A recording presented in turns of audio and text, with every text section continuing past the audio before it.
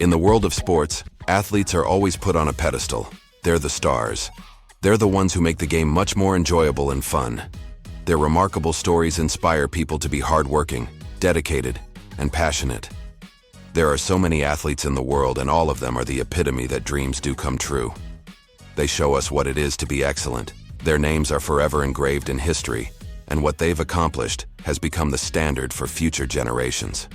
The names Cristiano Ronaldo, Michael Jordan, and Tiger Woods will forever be remembered, but one particular athlete is slowly making a name for himself. Not many people know or heard of him, but those who admire him are all saying the same thing. He is the greatest of all time. But before we get to know who this man is, don't forget to subscribe to the channel and click the bell button so you won't miss any of our videos. Would you believe that one of the most successful footballers in Asia is a slender 5'8" from South Korea? His name is Ji-sung Park, and because of him more and more Asians are turning to football. The fact is, not many Asians are big fans of football, but once this guy's on the field, everyone is cheering for him. He is truly amazing and is one of the most dedicated players ever. We all know that just like any sport, football requires a high level of passion, commitment, and hard work. In addition to his impeccable etiquette, he is also humble and has an energy that could last a whole day. His stamina is endless, like he could keep going forever. He enjoys playing football so much that it looks like he doesn't get tired. In one particular final game of the season, going into extra time, there's Park, still chasing after his opponent with relentless energy, sprinting non-stop. It was like he never got tired. Anyone watching could see he was a bit different from the rest of us. Fans joked that he might have 3 lungs, and Andrea Pirlo jokingly said he moved as fast as an electron, giving him the funny nickname, the first nuclear-powered footballer. Even Sir Alex Ferguson, the famous coach, said that out of all the players he'd coached, Park was the only one he believed could really compete with Lionel Messi. And you know, if you can keep up with a superstar like Messi, you've got to be just as amazing as he is. But Park didn't have it easy. His journey to the top was filled with challenges. When you're aiming to be the greatest, it's already a given that your path will never be smooth sailing. One surprising story about him is so unbelievable that not many people could tell if it was real or not. At the age of 18, Ji-sung Park was basically told to forget about playing football. In Korea, they have a draft system similar to the NBA, and not a single club in the whole country picked him up, despite his repeated success leading his high school team. Everyone dismissed him just because he wasn't very tall. So, he ended up enrolling in university to study economics. If he pursued this career, people in South Korea would never have the pleasure of knowing this amazing person. And some say that they couldn't picture him working as an accountant. But then Park decided to change things, and what followed was like something out of a movie or a book. He looked for ways to be a step closer to his dream. He didn't let other people's opinions of him distract him from going after something he wanted so badly. His dad was a butcher, and together they started figuring out ways to make Park's body grow bigger and taller. It started with a diet of only meat, but then his dad went beyond that. He recalled that there were foods that his dad gave him that tasted horrible. Some of those foods looked inedible and smelled awful. There were times when he had no idea what he was eating, but he knew that he had already eaten frogs and antlers and drank deer's blood. All he did was obey his father when he was told that everything prepared was good for his body. Sometimes he would throw up, but his desire to play football was burning, so he was willing to overlook the taste and smell. This may seem extreme, and many people never believed at first that a father would go 100 miles for his son to enter a sports team. But once they heard him say this in interviews and saw his passion for football, people understood why. Any parent would do anything just to help their kid reach their dreams, and Park's father is the best example of this. It's a good thing that all these sacrifices paid off in the end. Park claimed that because of this diet he grew 7 centimeters, which is already a big deal.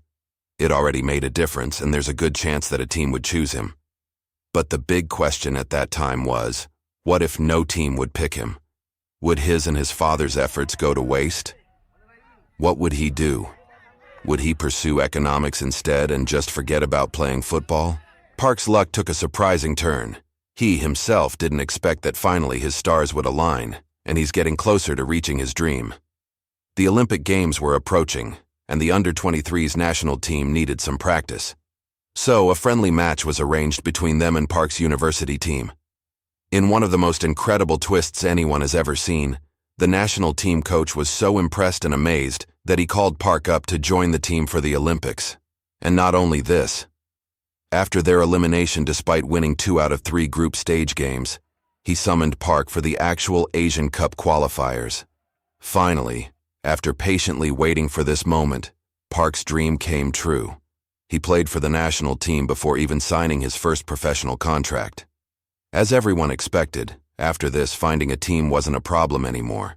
He even garnered interest from across the sea, becoming one of the first Koreans to play in Japan, joining the legendary Kazuyoshi Miura at Kyoto Sanga. But truth be told, there were issues that Park needed to face and deal with. His team, Kyoto Sanga, was relegated when Park joined them.